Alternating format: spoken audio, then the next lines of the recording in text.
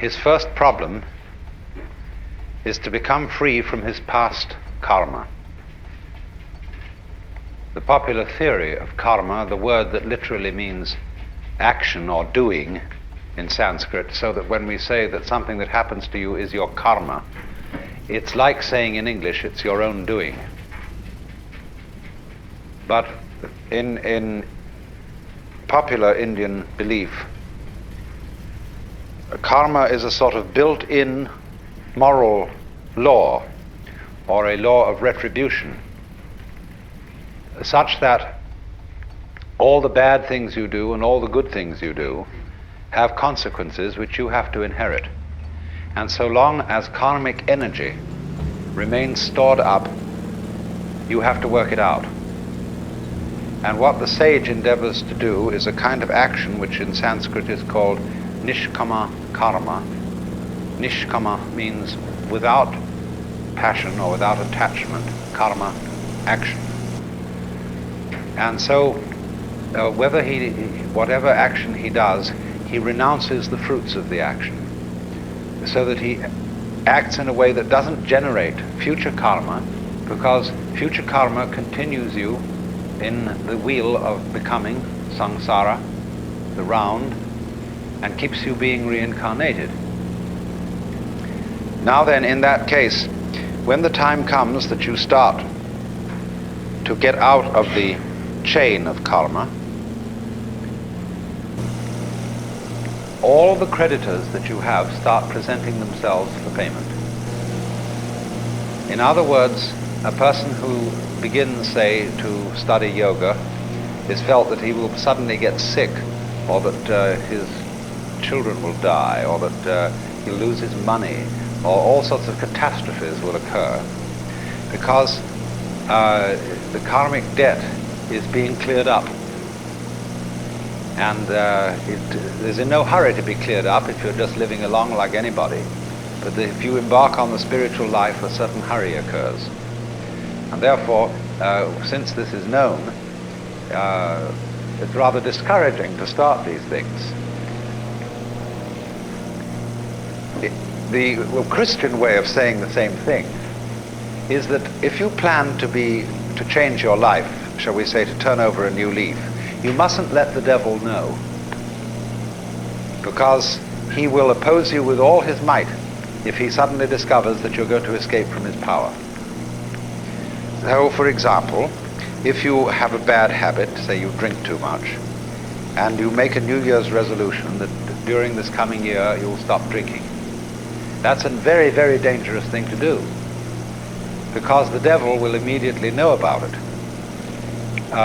And what will happen will be this: he will confront you with the prospect of 365 drinkless days. And that will be awful, just overwhelming. And you won't be able to make much more than 3 days on the wagon. So in that case, you compromise with the devil and say, just today I'm not going to drink, you see, but tomorrow maybe, we'll go back. Then when tomorrow comes, you say, oh, just another day, let's try out, that's all. And the next day you say, oh, one more day won't make much difference.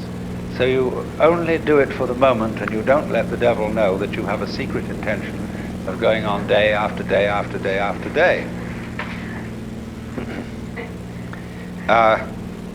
But of course, there's something still better than that. And that is not to let the devil know anything. And that means, of course, not to let yourself know. One of the many meanings of that saying, let not your left hand know what your right hand doeth, is just this. And that was why in Zen discipline, a great deal of it centers around acting without premeditation. As those of you know who read Herrigel's book, Zen in the Art of Archery, it was necessary to release the bowstring without first saying, now. There's a wonderful story you may also have read by a German writer, von Kleist, about a boxing match with a bear. The man can never defeat this bear because the bear always knows his plans in advance. and is ready to deal with any situation. The only way to get through to the bear would be to hit the bear without having first intended to do so. That would catch him. And so this is one of the great problems in the spiritual life, or whatever you want to call it, is to be able to have intention and act simultaneous. By this means you escape karma and you escape the devil. So you might say that the Taoist is exemplary in this respect. That this is getting free from karma without making any previous announcement. Of simply, supposing we have a train and we want to unload the train of its freight cars. You can go to the back end and you can unload them one by one and shunt them into the siding. But the simplest of all ways of unloading is to uncouple between the engine and the first car, and that gets rid of the whole bunch at once.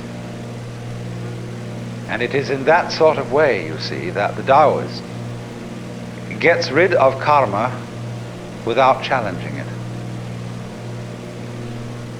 And so it has the reputation, you see, of being the easy way.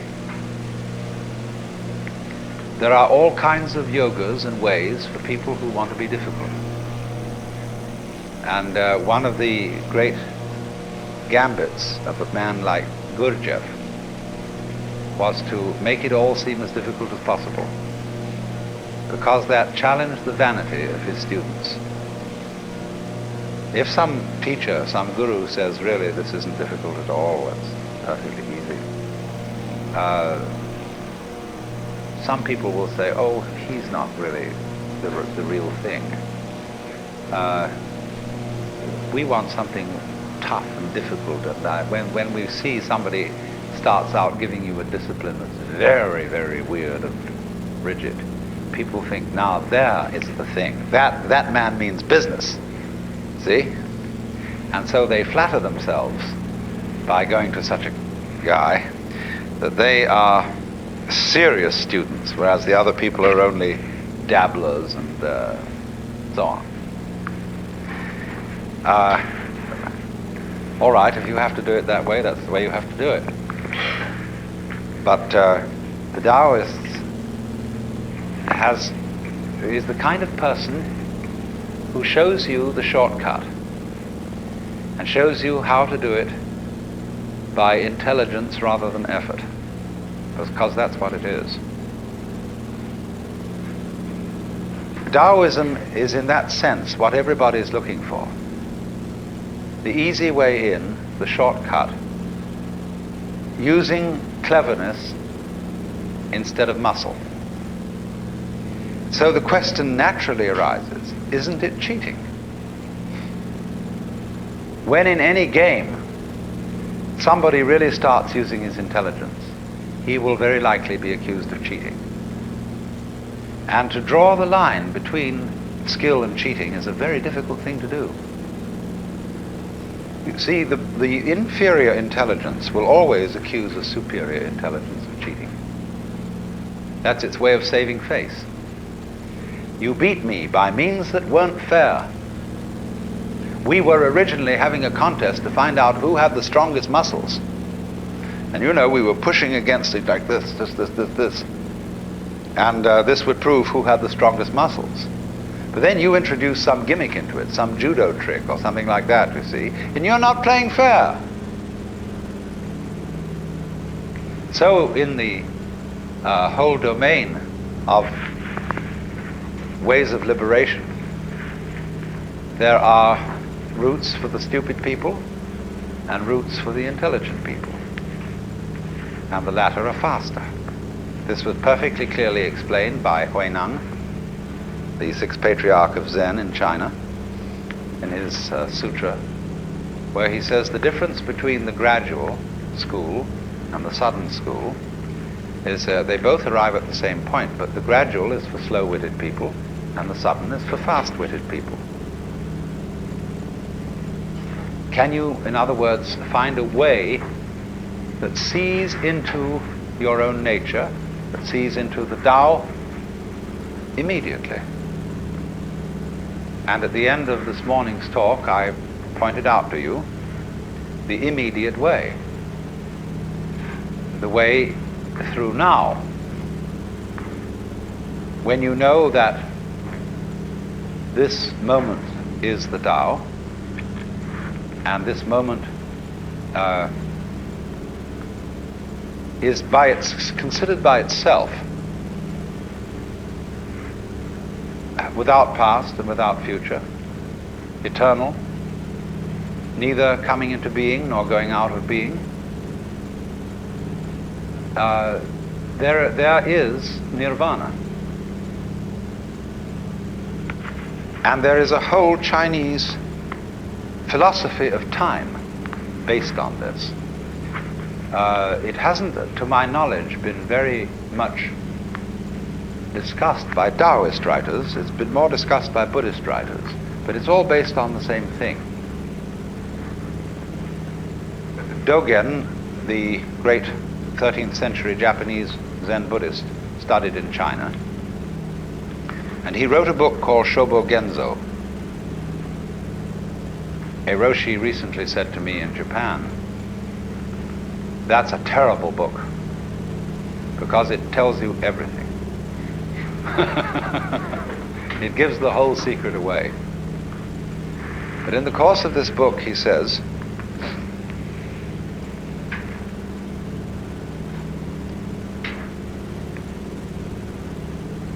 there is no such thing as a progression in time. The spring does not become the summer. There is first spring, and then there is summer.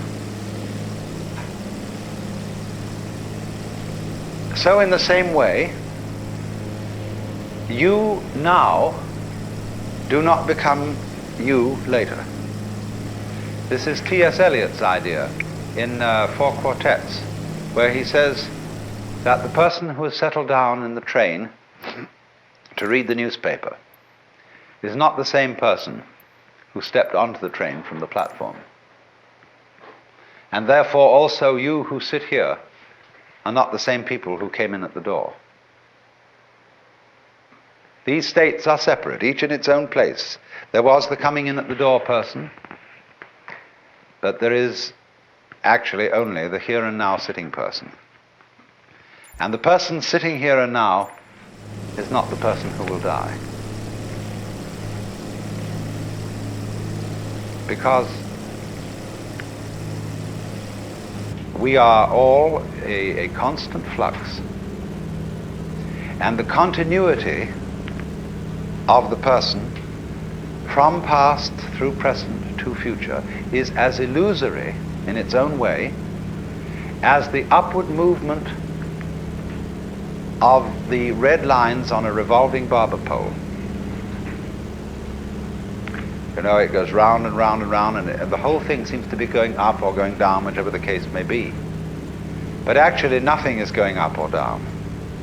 So when you throw a pebble into the pond and you make a concentric rings of waves, there is an illusion that the water is flowing outwards. And no water is flowing outwards at all. Water is only going up and down.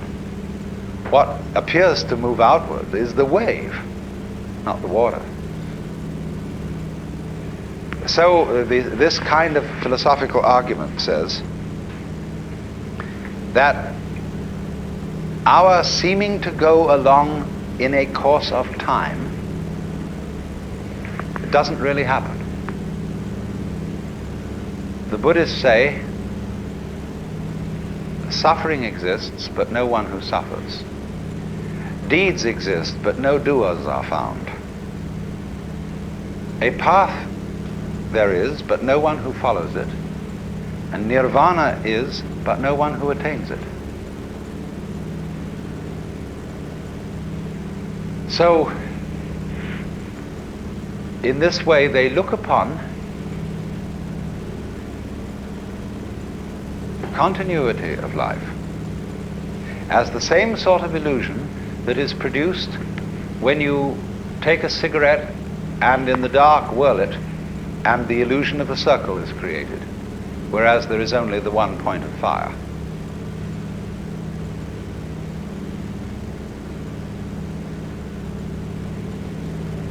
The argument then is, so long as you're in the present, there aren't any problems. The problems exist only when you allow presence to amalgamate. There's a way of putting this in Chinese, which is rather interesting. They have a very interesting sign. This. It's pronounced nyan. Japanese nen. And the top part of the character means now, and the bottom part means the mind heart, the shin. And so this is, as it were, an instant of thought. In Sanskrit, they use this character as the equivalent for the Sanskrit word shana. Then if you double this character, put it twice, or 3 times, and I'll write the Chinese for ditto.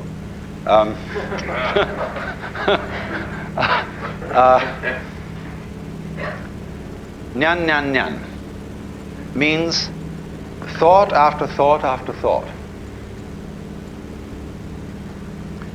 Now, the Zen master Joshu was once asked, what is the mind of a child? And he said, a ball in a mountain stream. What do you mean by a ball in a mountain stream? He said, thought after thought after thought with no block.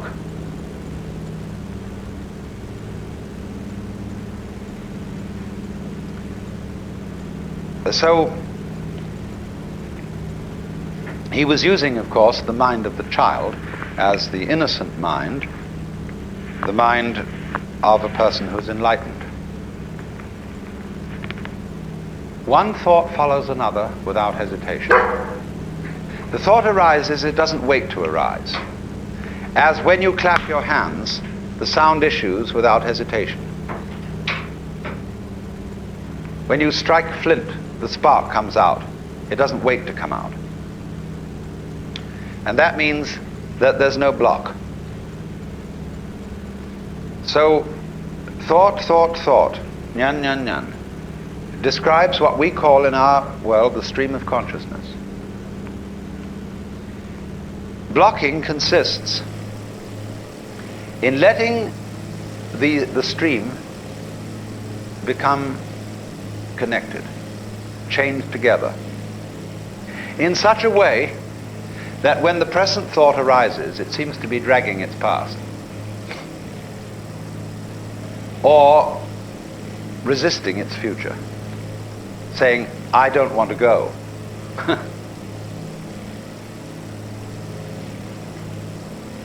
When then the connection, the dragging, it's better to call it, of these thoughts drops,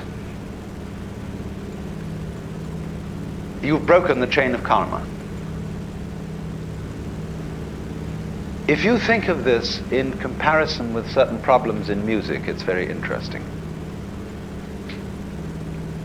Because when we listen to music, we hear melody only because we remember the sequence. We hear the intervals between the tones, but more than that, we remember the tones that led up to the one we are now hearing, and we are trained musically to anticipate certain consequences. And to the extent that we get the consequences we anticipate, we feel that we understand the music. But to the extent that the composer does not adhere to the rules and gives us unexpected consequences, we feel that we don't understand the music. And if he gives us harmonic relationships, which we are not trained to accept, that is to say, to expect, we say, well, this man is just writing garbage. But of course, it becomes apparent that the perception of music, the ability to hear melody, will depend upon a relationship between past, present, and future sounds. And you might say, well, you're talking about a way of living that would be equivalent to listening to music with a tone-deaf mind. So that you would eliminate the melody and have only noise. And so in your Taoist way of life, you would eliminate all meaning and have only senseless present moments.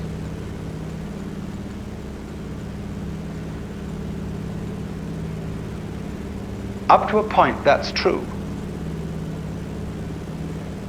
That is, in a way, what Buddhists also mean by seeing things in their suchness. What is so bad about dying, for example? It's really no problem. When you die, you just drop dead. That's all there is to it. But what makes it a problem is that you're dragging a past. And all those things you've done, all those achievements you've made, all these relationships and people that you've accumulated as your friends, all that has to go. See, it isn't here now. I mean, a few friends might be around you, but all that past that identifies you as who you are, which is simply memory, all that has to go. And we feel just terrible about that. But if we didn't, if we were just dying, that's all, death wouldn't be a problem. So likewise, the chores of everyday life, they become intolerable. When everything ties together, all the past and the future, you feel it dragging at you every way. Supposing you wake up in the morning, and it's a lovely morning. Let's take today, right here and now. Here we are in this paradise of a place. Big Sur.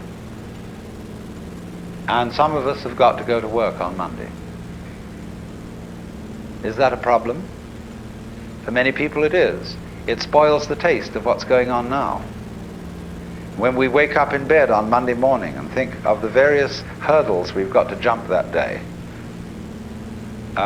immediately we feel sad, bored and bothered.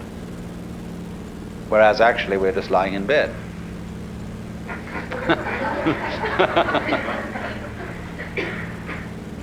So the Taoist trick says,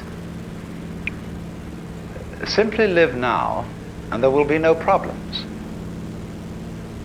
That's the meaning of the Zen saying, when you are hungry, eat. When you are tired, sleep. When you walk, walk. When you sit, sit. Rinzai, the great Tang Dynasty master, said, in the practice of Buddhism, there is no place for using effort.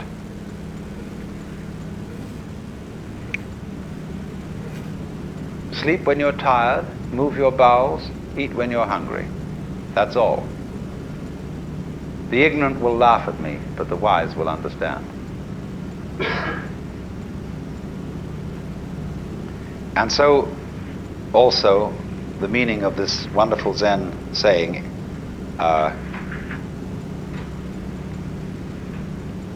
day, that's the characters of the sun, day, that is good day. Every day is a good day. On condition, you see, that day is like nyan nyan. They come one after another, and yet there's only this one. You don't link them. This, as I intimated just a moment ago, seems to be an atomization of life. Things just do what they do. The flower goes poof, and people go this way, go that way, and so on, and that's what's happening. It has no meaning, it has no destination, it has no value. It's just like that. And when you see that, you see it's a great relief. That's all it is. But then when you are firmly established in suchness, in that it's just this moment, you can begin again to play with the connections. Only you've seen through them. But now you see they don't haunt you, because you know that there isn't any continuous you running on from moment to moment, who originated at some time in the past and will die at some time in the future. All that's disappeared. So you can have enormous fun anticipating the future, remembering the past, and playing all kinds of continuities. This is the meaning of that famous Zen saying about mountains are mountains. To the naive man, mountains are mountains, waters are waters. To the intermediate student, mountains are no longer mountains, waters are no longer waters. In other words, they've all dissolved into the point instant, to the kshana. But for the fully perfected student, mountains are again mountains and waters are again waters.